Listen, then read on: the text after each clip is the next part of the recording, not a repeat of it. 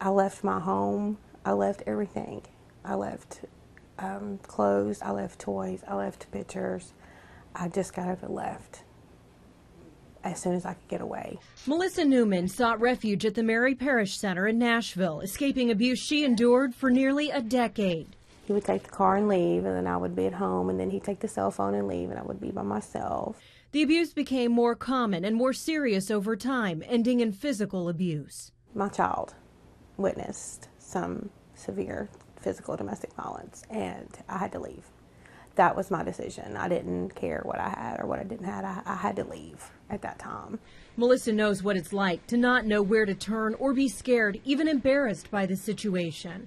These are common feelings of most women coming to the Mary Parrish Center for help.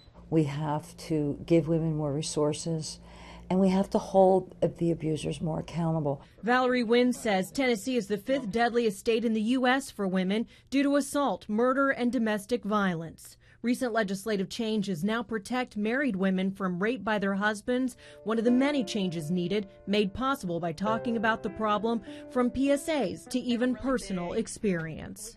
There is help, and you do have a voice. Yeah, and that there's women out there that understand. Just reach out for that help.